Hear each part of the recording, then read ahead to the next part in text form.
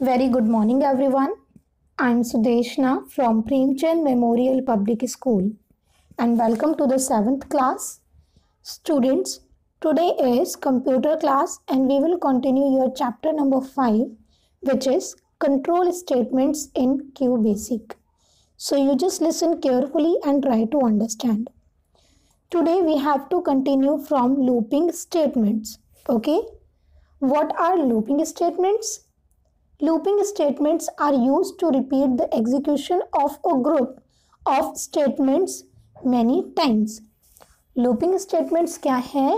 Looping statements ऐसी statements होती है स्टूडेंट्स जिसके अंदर हम एक कंडीशन को, ठीक है, या ग्रुप ऑफ कंडीशन को कितनी भी बार रिपीट करा सकते हैं. ओके, उसे हम क्या कहते हैं? लूपिंग स्टेटमेंट कहते हैं, जब तक कि वो ट्रू नहीं हो जाती. Okay, see first is for next statement. It is used to repeat a block of statements a specified number of times. ये क्या है? इसका यूज किया जाता है, जो फॉर नेक्स्ट स्टेटमेंट है इसका यूज किया जाता है ब्लॉक ऑफ स्टेटमेंट्स, मतलब जब एक ही स्टेटमेंट नहीं होती, एक से ज़्यादा स्टेटमेंट्स होती है, एक ब्लॉक होता है पूरा, ठीक है, स्टेटमेंट्स का कुछ ग्रुप होता है. ओके, तो उनको बार बार रिपीट कराने के लिए, ठीक है, हम किसका यूज़ करते हैं? फॉर नेक्स्ट स्टेटमेंट का यूज़ करते हैं रिपीट करने के लिए. When the number of repetitions is known beforehand. और जब क्या होता है? जब उस स्टेटमेंट का जो नंबर होता है वो हमें पहले से ही पता हो, ठीक है. जब हम फॉर नेक्स्ट स्टेटमेंट का यूज़ करते हैं तो उसके अंदर हमें जो नंबर होता है, जो वेरिएबल लिया होता है हमने, उसकी जो वैल्यू होती है वो हमें पहले से ही पता होती है. Okay, see the example. For A, हमने ए क्या लिया है? वेरिएबल लिया है. Okay, for A is equal to 1 2 3. Okay, then print learning looping, then next A. Okay, ये क्या है? ये हमारा प्रोग्राम है. Now understand carefully. Here control variable is A. हमारा जो कंट्रोल वेरिएबल है वो क्या है? A है. Okay, this is, ये हमारा कंट्रोल वेरिएबल है, क्योंकि इससे हमें पता चल रहा है कि काउंटिंग कहाँ से कहाँ तक है. ओके, उसकी वैल्यू कहाँ कितनी होनी चाहिए? तो 1 2 3 होनी चाहिए. इनिशियल वैल्यू, जो हमारी इनिशियल वैल्यू स्टार्टिंग की जो वैल्यू है जो अंदर डाली जा रही है वो है फर्स्ट, क्योंकि फर्स्ट से स्टार्ट है, right. And the final value is 3 because वहाँ पर वो खत्म है. Okay, and step value, and this is 1. Okay, since no value is given, जब तक कि कोई वैल्यू नहीं दी जाती जब तक हम स्टेप वैल्यू क्या लेंगे? वो एक ही रहेगी, ठीक है. पहले एक रहेगी, फिर 2, फिर 3, एक एक करके स्टेप लेती रहेगी वो. ओके, एक का ही डिस्टेंस होगा उनके अंदर. तो जब हम इस प्रोग्राम को रन करते हैं तो we will get the output this. Okay, हमें ये वाला आउटपुट मिलेगा. पहले फर्स्ट वाली कंडीशन यहाँ पर अप्लाई होगी, ठीक है. फर्स्ट अप्लाई होगी कि जो हमारा इनिशियल वैल्यू है, जो कंट्रोल वैल्यू है, वो क्या है? 1 होनी चाहिए. तो एक बार उसने लर्निंग लूपिंग टाइप कर दिया, पर मगर क्या हुआ स्टूडेंट्स, यहाँ पर वो 3 तक अभी कंप्लीट नहीं हुआ है, उसकी फाइनल वैल्यू तक नहीं पहुँचा. ओके, तो ये यहाँ पर फिर दोबारा से रिपीट करेगा उसको. इसने दोबारा टाइप कर दिया लर्निंग लूपिंग, राइट, बट ये अभी भी कंप्लीट नहीं हुआ है, अभी भी फाइनल वैल्यू तक नहीं पहुँचा. तो ये थर्ड टाइम भी करेगा, और थर्ड टाइम पे इसकी वैल्यू, जो फाइनल वैल्यू है, वहाँ तक वो पहुँच जाएगा. तो यहाँ पर जाके हमारा प्रोग्राम क्या होगा? वो एंड हो जाएगा. ओके, तो हमें 3 बार यहाँ पर लर्निंग लूपिंग आउटपुट में मिला. Okay, using the step value in this statement the control variable by default increase by 1. जो हमारी स्टेप वैल्यू है, जो हमारा स्टेप वैल्यू है हमारे प्रोग्राम में, इसके थ्रू क्या होता है स्टूडेंट, जो हमारे कंट्रोल वेरिएबल होता है वो बाय डिफॉल्ट इंक्रीज होता रहता है एक एक करके. आपने पिछले वाले उसमें देखा अभी, राइट. तो क्या हुआ था उसके अंदर? लर्निंग लूपिंग एक बार लिख गया, फिर दोबारा चेक करा तो दोबारा हो गया, जब तक कि हमारी जो फाइनल वैल्यू है वहां तक वो पहुंच ना जाए। Okay, see the example one more. For n is equal to 1 to 5 step 2। Okay, अब यहाँ पर बताया है कि स्टेप 2 होने चाहिए। ओके, एक तो वो अपने आप बाय डिफॉल्ट इंक्रीज करता है, बट अगर हम लिख देंगे 2 3 4 तो वो उसके अकॉर्डिंग इंक्रीज करेगा। ओके, एंड प्रिंट n, हमारा n क्या होना चाहिए यहाँ पर, प्रिंट होना चाहिए नेक्स्ट n। ओके, तो देखो हमने जो हमारा वेरिएबल है n और उसकी इनिशियल वैल्यू क्या है 1, तो वो 1 से स्टार्ट करेगा और कितना स्टेप लेना है 2। ओके, तो 1 है, देन 2 को स्किप कर देगा और 3 को उसने यहाँ पर प्रिंट किया है। ठीक है, 3 को प्रिंट किया है, मगर जो वैल्यू है, जो हमारी लास्ट वैल्यू है, फाइनल वैल्यू है, वहाँ तक अभी नहीं पहुँचा है हमारा आउटपुट। तो वो क्या होगा, यहाँ से n को प्रिंट कराकर फिर दोबारा ऊपर जाएगा। ओके, दोबारा ये प्रोसेस फॉलो करेगा एंड देन लास्ट में 5 आएगा, और 5 तो उसके इक्वल है ना, या तो उसके इक्वल हो या उससे छोटा हो। ठीक है, तो अब छोटा है, ऐसा नहीं है कि उसके आगे और कोई नंबर नहीं आ सकता, नहीं, उसके आगे और भी नंबर आने चाहिए। ओके, तो यहाँ पर हमें कहाँ तक मिलेगा 1 3 5। अब यहाँ पर कितने का डिफरेंस है, 2 का डिफरेंस है। 3 में से 1 को माइनस करेंगे तो 2 आएगा, है ना, 5 में से 3 को माइनस करेंगे तब भी 2 आएगा। तो हमने क्योंकि यहाँ पर स्टेप 2 लिखा है तो वो 2 का स्टेप लेकर हमारे प्रोग्राम का आउटपुट दिखाएगा। Okay, using do loop. Do loop is used when the number of iteration are not known beforehand. और स्टूडेंट्स, जो हमारा डू लूप है उसका यूज़ कब किया जाता है, जब हमें रिपीटेशन नहीं पता होता है। ठीक है, iteration means number of repetition. Okay, जब हमें ये नहीं पता कि हमारी जो कंडीशन है वो कितनी बार रिपीट होगी। ओके, जब हमें ये बात नहीं पता होती। ओके, एंड उसका नंबर हमें नहीं पता होता। इट हैज़ 2 टाइप्स, और इसके 2 टाइप्स हैं। First do while and second one is do until. Okay, do while loop. This loop first executes the block of statements, then checks the conditions. जो do while loop है ये क्या करता है students, ये पहले हमारी जो प्रोग्राम है उसको पूरा एग्जीक्यूट कर देगा, उसको रन कर देगा और आउटपुट दिखा देगा। आफ्टर दैट ये क्या करेगा, ये कंडीशन को चेक करता है। Okay, so you just see the example. Program is given, write a program to display the use of do while statement. Okay, so first of all we will write here CLS. Okay, means clear screen, and then x हमने variable लिया is equal to 20, then do print x। अब वहाँ यहाँ पर x को print कर दे। Then यहाँ पर देखो कंडीशन देगा आगे, x is equal to x plus 1 loop while x greater than 25। Okay, and then end. अब देखो यहाँ पर इसमें क्या हुआ है, इस प्रोग्राम में पहले तो स्क्रीन को क्लियर कर दिया। ओके, फिर यहाँ पर हमने बता दिया जो हमारा वेरिएबल है x वो क्या है, दैट इज 20। ओके, अब उसने यहाँ पर प्रिंट करने के लिए कहा है कि जो हमारा x है उसको प्रिंट कर दे, तो उसने यहाँ पर x को प्रिंट कर दिया।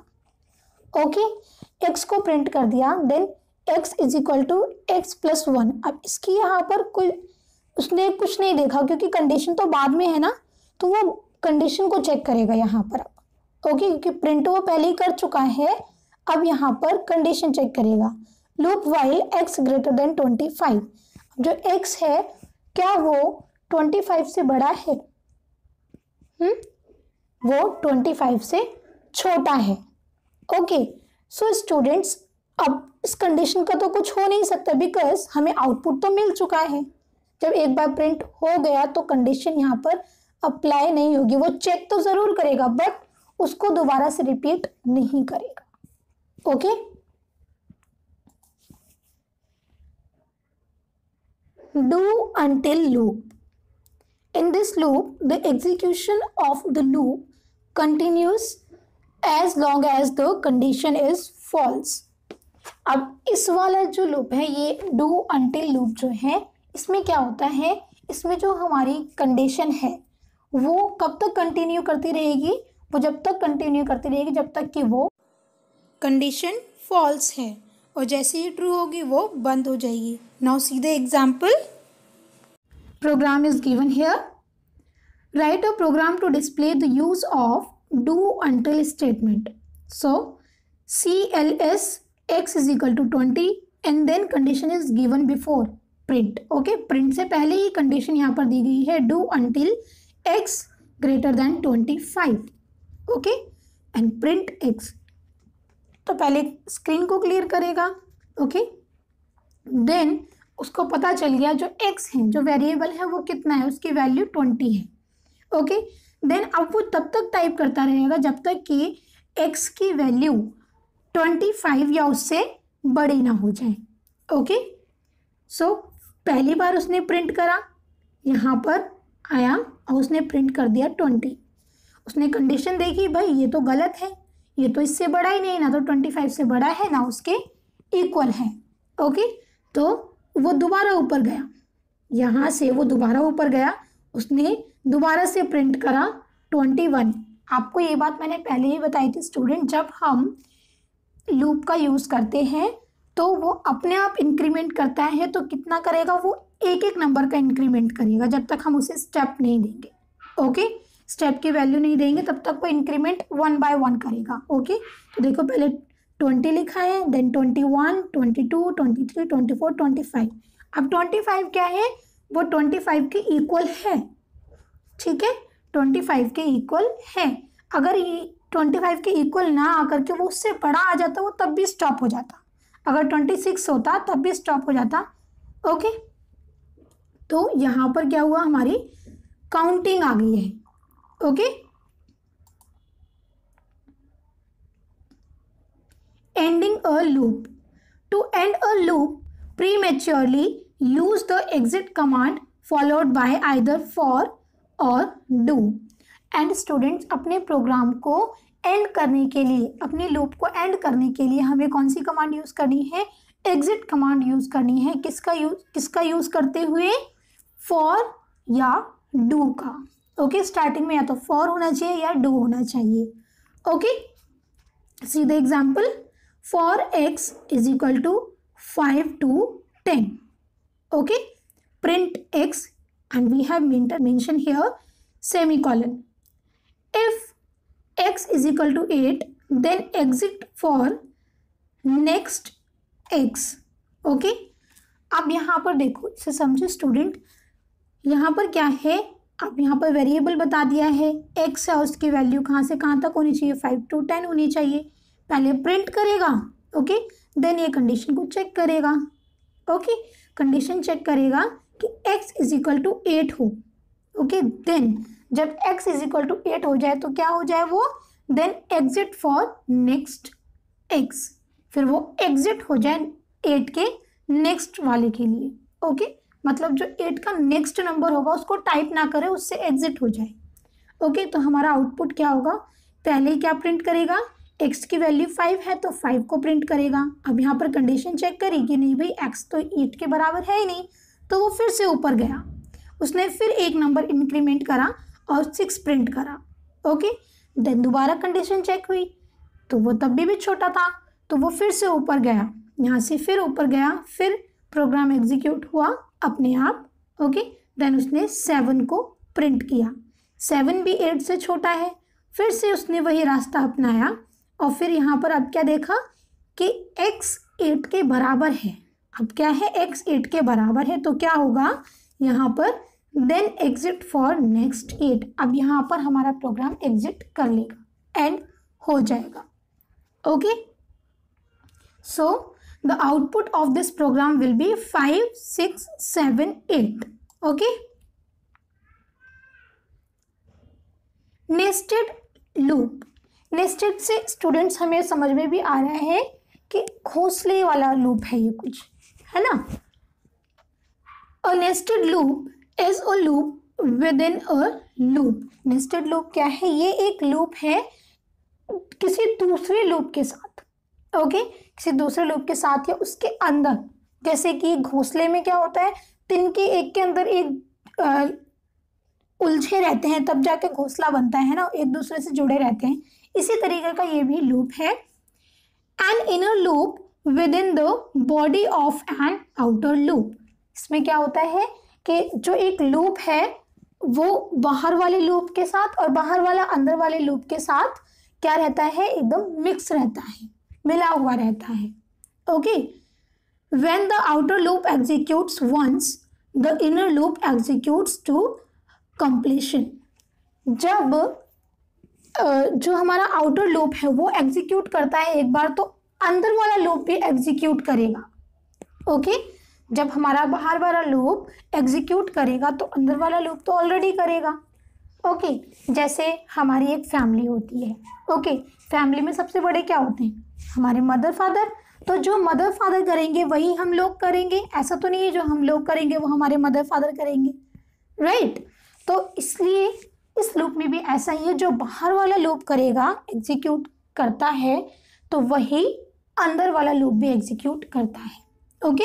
सी the example for i is equal to 1 to 3, for j is equal to 1 to 2। अब यहाँ पर क्या है, हमने दो वेरिएबल लिए हैं, ठीक है, एक अंदर वाले लूप के लिए, एक बाहर वाले लूप के लिए। तो i को हमने क्या माना है, 1 to 3 माना है, एंड j की क्या वैल्यू ली है, 1 to 2 माना है, okay. Then print i is equal to semicolon i, then j is equal to, अब यहाँ पर देखो स्टूडेंट हमने कुछ भी वैल्यू नहीं दी है, राइट, हमने उसके बाहर दी है, ओके, बाहर दिए। और हमें स्टूडेंट सेमीकोलन लगाना ज़रूरी है, सेमीकोलन, इन्वर्टेड कॉमास। अगर हम ये नहीं लगाएंगे तो हमारा प्रोग्राम एकदम गलत हो जाएगा, वो सब कुछ मिक्स हो जाता है, ठीक है। जैसे हम हिंदी और इंग्लिश में जब कुछ सेंटेंसेस लिखते हैं तो उसके अंदर हमें पूर्ण विराम, फुल स्टॉप, कॉमा, ये चीज़ें लगानी ज़रूरी होती है ना, राइट, जिससे कि हमारी रीडिंग बेटर हो सके। इसी तरीके से हमें कंप्यूटर प्रोग्रामिंग में भी ये साइंस लगाने ज़रूरी होते हैं, अदरवाइज हमें पता नहीं चलेगा कि कौन सी लाइन कहाँ पर टर्मिनेट हो रही है, कौन सी लाइन नहीं हो रही है, okay. Next j, next i। यहाँ पर स्टूडेंट हमारे दो प्रोग्राम एक साथ चल रहे हैं, ये हम मान सकते हैं, क्योंकि अगर हम इनको अलग अलग लिखेंगे तब भी ये हमें आउटपुट देंगे, और एक साथ लिख रहे हैं तो इसमें क्या हो रहा है, एक इनर है और एक आउटर है, ओके। सो जब आउटर लूप ने एग्जीक्यूट किया है तो इनर वाले लूप ने भी एग्जीक्यूट किया है, ओके। तो देखो यहाँ पर जब आउटर वाले ने किया है तब इनर वाले लूप ने भी यहाँ पर आउटपुट हमें दिखाया है। See the more example. Write a program in BASIC to input 10 numbers and display their total and average program। अब यहाँ पर एक प्रोग्राम दिया गया है कि वो 1 to 10 नंबर्स को डिस्प्ले करें एंड उनका टोटल और एवरेज दिखाएं, okay. First of all we will write s is equal to o for i is equal to 1 to 10, input enter a number, semicolon, num, s is equal to s plus num, next I, print total is equal to semicolon s, print average is equal to s divided by 10, okay। अब समझो students, यहाँ पर हमें क्या बताया गया है, हमने पहले ही बता दिया है कि जो हमारे s है वो किसके बराबर है, o के बराबर है, ओके। एंड हमने एक वेरिएबल लिया है i, उसकी क्या वैल्यू बताई है, 1 to 10 बताई है। फर्स्ट ऑफ ऑल क्या इनपुट करें, हमने बताया है कि जो एंटर और नंबर है उसको हमने किससे डिनोट किया है, हमने नम से डिनोट किया है, ओके। हमने ये इनपुट दिया है उसको, ठीक है। Then s is equal to s plus num, ठीक है, जो भी नंबर आएगा उसको किससे प्लस कर दे, s से प्लस कर दे, ओके।